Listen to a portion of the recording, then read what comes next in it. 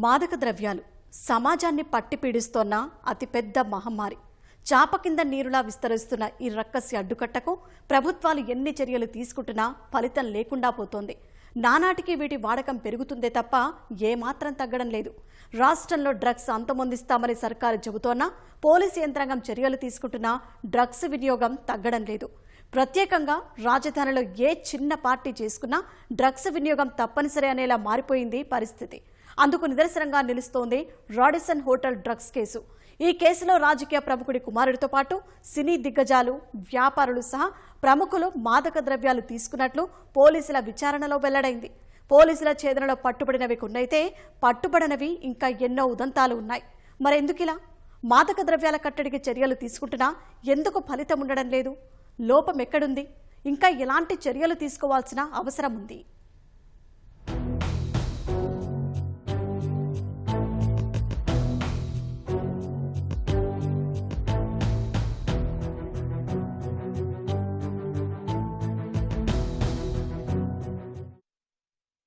అధిక శాతం యువ జనాభా కలిగిన దేశం భారత్. ఆ యువత సక్రమమైన మార్గంలో పయనిస్తే దేశార్థికానికి ఎంతో మేలు. కాని పరిస్థితి అందుకు భిన్నంగా ఉంది. మాదక ద్రవ్యాలకు అలవాటు పడుతున్న నేటి తరం వారి భవిష్యత్ అంధకారం చేసుకుంటోంది. ఈ విషయాన్ని గ్రహించి యువతను సరైన మార్గంలో ప్రయాణించేలా ప్రభుత్వాలు కృషి చేస్తున్నా ఫలితం లేకుండా పోతోంది. పైగా మాదక ద్రవ్యాల వినియోగం నానాటికి ఎక్కువైతుందే తప్ప ఏమాత్రం తగ్గడం లేదు. దీనికి సంబంధించి ఏళ్లుగా ఎన్నో కేసులు నమోదవుతున్నా వినియోగదారుల్లో గాని వినియోగిస్తున్న వారిలో గాని ఎలాంటి మార్పు ఉండటం లేదు. చాప కింద నీరులా ప్రవహిస్తున్న డ్రగ్స్ వినియోగం ఏ చిన్న పార్టీలోనూ తప్పక ఉండాల్సిన పరిస్థితి తలెత్తింది. అందుకు నిదర్శనంగా నిలుస్తోంది రాడిసన్ హోటల్ డ్రగ్స్ కేసు. ఈ నెల 24న మొదలైన పార్టీలో డ్రగ్స్ వినియోగించగా సోమవారం కేసు నమోదైంది. అదే ఇప్పుడు చర్చనీయాంశమైంది. రాడిసన్ హోటల్ డ్రగ్స్ కేసు పూర్వపరాలు పరిశీలిస్తే హైదరాబాద్లోని ఆ హోటల్లో స్నేహితులతో కలిసి డ్రగ్స్ పార్టీ ఏర్పాటు చేశాడు మంజీరా గ్రూప్ డైరెక్టర్ గజ్జల వివేకానంద్. తన కుటుంబానికి చెందిన రాడిసన్ హోటల్లో ఈ నెల 24న స్నేహితులతో పార్టీ చేసుకోవాలి అనుకున్నాడు. 3 గ్రాముల కొకైన్ తెప్పించుకుని హోటల్లోని 2 గదుల్లో పార్టీ చేసుకున్నారు. సమాచారం అందుకున్న మాదాపూర్ ఎస్ఓటీ పోలీసులు అర్ధరాత్రి హోటల్కు చేరుకోగా వారంతా అక్కడ్నుంచి పారిపోయారు. గదుల్లో కొకైన్ ఆనవాళ్లు గుర్తించిన పోలీసులు వివేకానంద్ ఇంటికెళ్లి అదుపులోకి తీసుకున్నారు. విచారణలో డ్రగ్స్ తీసుకున్నట్లు వివేకానంద అంగీకరించాడు. Day before yesterday late night మా ఎస్ఓటి వాళ్ళకి ఒక ఇన్పుట్ వస్తే దట్ రాడిసన్ బ్లూ హోటల్లో some people are consuming drugs having a party. ఆ ఇన్పుట్ మీద వాళ్ళు వెళ్తే అప్పటికి అక్కడ already the people who had gathered వాళ్ళు వెళ్ళిపోయారు అక్కడ నుంచి. ఫర్దర్ అక్కడ కొన్ని మెటీరియల్స్ వాళ్ళకి దొరికినాయి. అవి చూస్తుంటూ వాళ్ళకి అర్థమైంది ఇక్కడ some consumption of drugs has happened అని. సో ఆ ఫర్దర్ లీడ్ తీసుకుంటూ వన్ ఆఫ్ ద అక్యూజ్డ్ వాళ్ళ ఇల్లుకి వెళ్ళారు. His name is G Vivekanand. He's one of the directors of Manjeera group. In the morning they brought him to the police station. అక్కడ మన దగ్గర ఉన్న డ్రగ్ కిట్స్ లో టెస్ట్ చేశారు. దాంట్లో పాజిటివ్ వస్తే దెన్ హాస్పిటల్ కి కంప్లీట్ టెస్టింగ్ కోసం పంపించారు. అక్కడ the result came positive for consumption of cocaine. So దాంట్లో మేము కేసు కట్టాము. కేసు కట్టేసి ఇంకా ఎవరు అక్కడ ఉన్నారు we're trying to identify. So అప్పుడు ఇంకా 2 దొరికారు, పేర్లు వచ్చినాయి. One is Nirbhay and another is Kedar. వాళ్ళకి కూడా పిలిపించి వాళ్ళ టెస్టింగ్ కూడా చేయడం జరిగింది. అది కూడా పాజిటివ్ వస్తే సో దెన్ వాళ్ళు కూడా కేసులో యాడ్ చేయడం జరిగింది. Will be taking further action on that. దాంట్లో కూడా ఎవరు సప్లయర్ చేశారు, ఎవరు వచ్చారు, దాని గురించి ఫర్దర్ ఇన్వెస్టిగేషన్ ఈజ్ ఆన్. నిజానికి ఈ మత్తు జాడ్యం హైదరాబాదుకో తెలంగాణకో మాత్రమే పరిమితం కాలేదు. Hyderabad Radisson hotel drugs case ఇలా ఉంటే 2 రోజుల క్రితం దేశ రాజధాని ఢిల్లీలోనూ 2000 కోట్ల రూపాయల మాదక ద్రవ్యాల రాకెట్ గుట్టురట్టయింది. ఈ అంతర్జాతీయ డ్రగ్స్ నెట్వర్క్ను ఢిల్లీ పోలీసులు, నార్కోటిక్స్ కంట్రోల్ బ్యూరో అధికారులు సంయుక్తంగా ఛేదించారు. ఈ వ్యవహారంలో తమిళనాడు చలనచిత్ర నిర్మాత కీలక సూత్రధారిగా ఉన్నట్లు సమాచారం. వీటితో పాటు మహారాష్ట్రలోని పూణేలో భారీ స్థాయిలో డ్రగ్స్ బయటపడటం తీవ్ర కలకలం రేపింది. 1100 కోట్ల విలువ చేసే 600 కిలోల మెఫ్రెడోన్ను సీజ్ చేసినట్లు పోలీసులు వెల్లడించారు. ఈ కేసుల్లో పోలీసులు వివిధ కోణాల్లో దర్యాప్తు చేస్తున్నారు. యువత భవితను చిత్తు చేస్తున్న మాదక ద్రవ్యాలు వివిధ రూపాల్లో మార్కెట్లోకొస్తున్నాయి. హెరాయిన్, కొకైన్, ఎల్ఎస్డీ, ఎకస్టసీ పిల్స్, గంజాయి, మత్తు చాక్లెట్లు వీటికి అలవాటుపడి యువత నాశనమవుతోంది. దేశ ఉజ్వల భవిష్యత్తులో భాగమవ్వాల్సిన యువత మాదక ద్రవ్యాల బారిన పడి జీవితాలు నాశనం చేసుకుంటున్నారు. విదేశాల నుంచి డ్రగ్స్ దిగుమతి అవుతోన్నా అడ్డుకట్ట వేయలేకపోతున్నాం. దీంతో దేశంలో డ్రగ్స్ సంస్కృతి నానాటికి ఎక్కువవుతోంది.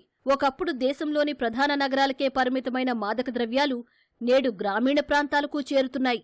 చిన్న పెద్ద, పురుష మహిళ అనే తేడా లేకుండా అందరూ వీటి బారిన పడుతున్నారు. భవిష్యత్ ఛిద్రం చేసుకుంటున్నారు.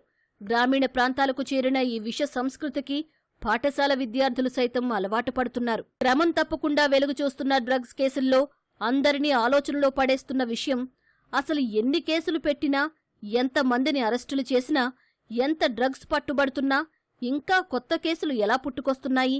పోలీసుల దాడుల్లో దొరికి జైలు శిక్షను అనుభవిస్తున్నవారు కూడా ఉన్నారు. వారందరిలో ఎందుకు భయం కలగడం లేదు? వీళ్ల వెనక ఉండి నడిపిస్తోన్నా అసలు కింగ్ పిన్స్ ఎవరు?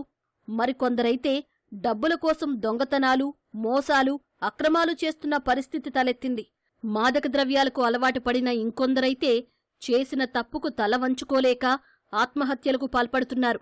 ఇలా ఒక్కటా రెండా అనేక సమస్యలకు కారణమవుతున్నాయి మాదక ద్రవ్యాలు. తర్వాత ఈ కన్జ్యూమర్ కు మన అమెండ్ అయినప్పుడు కూడా 2019 బీజేపీ గవర్నమెంట్ కూడా కన్జ్యూమర్ కు పనిష్మెంట్ పెంచేదండి. తెలిసి తాగుతున్నాడు కదా, నేరం కదా, తెలిసి తాగుతున్నాడు కదా, డ్రగ్గు మత్తులో ముంచేస్తే తాగి ఊగిన తర్వాత క్రైమ్ చేస్తారు కదా. మరి తెలిసినప్పుడు దానికి ఎందుకు పెంచలేదు పనిష్మెంట్ అనేది ఒక పెద్ద $1 మిలియన్ ప్రశ్న. 20 సంవత్సరాలు దానికి పెట్టండి, ఎవరైనా ఒక డ్రగ్ తీసుకుంటాడు. లేకపోతే ఫిలిం కళాకారులు, ఫిలిములు, హ్యావ్ నాట్స్ అనే భేదం లేకుండా మొత్తం చిన్న పిల్లలకు కూడా చాక్లెట్ రూపంలో డ్రగ్ ను మంచి టీచర్లు పిల్లలంతా తాగి నిద్రపోతున్నారు, చాక్లెట్ తిని నిద్రపోతున్నారు. అవి కూడా మన హైదరాబాద్లో బయటకు వచ్చిన ఉదంతాలనే ఉన్నాయి. ఇది ఎన్నిసార్లు పట్టుకుంటూ పోతాం, ఎన్నిసార్లు రైడ్ చేసుకుంటూ పోతాం. What is this? దీనికి అంతం లేదా అంటే అంతం ఉంది.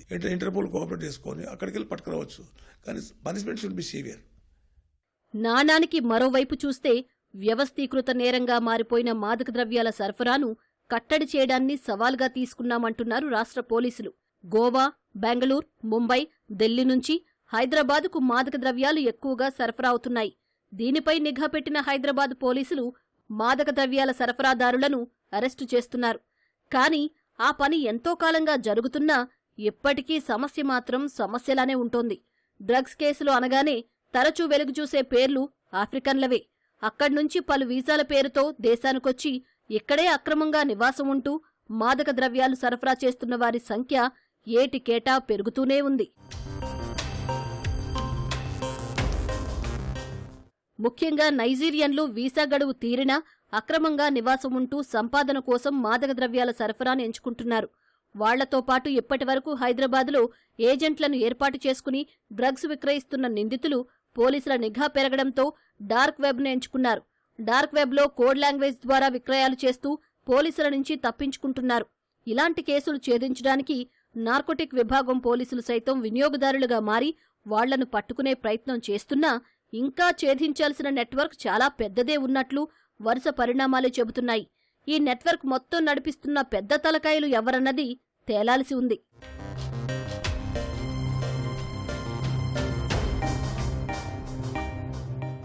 ఆంధ్ర, ఒడిశా సరిహద్దు నుంచి మాదక ద్రవ్యాలు, గంజాయిని హైదరాబాద్తో పాటు మహారాష్ట్ర, కర్ణాటక, ముంబై లాంటి ప్రాంతాలకు తరలిస్తున్నారు. ఇదివరకు కూరగాయలు, వ్యవసాయ ఉత్పత్తుల మాటున గంజాయి ప్యాకెట్లు తరలించిన ముఠాలు పోలీసుల నిఘా పెరగడంతో రూట్ మార్చాయి. టన్నుల్లో కాకుండా క్వింటాళ్లలో గంజాయిని ప్యాక్ చేసి కార్లు, జీపులలో తరలిస్తున్నారు. ఈ ముఠాల ఆట కట్టించడానికి పోలీసులు విజయవాడ, హైదరాబాద్ రహదారిపై తనిఖీలు ముమ్మరం చేస్తున్నారు.